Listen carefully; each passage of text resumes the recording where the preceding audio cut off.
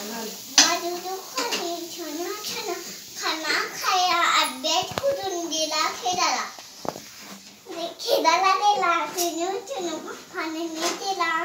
पप्पा माझे चपट चपट चपट चपट.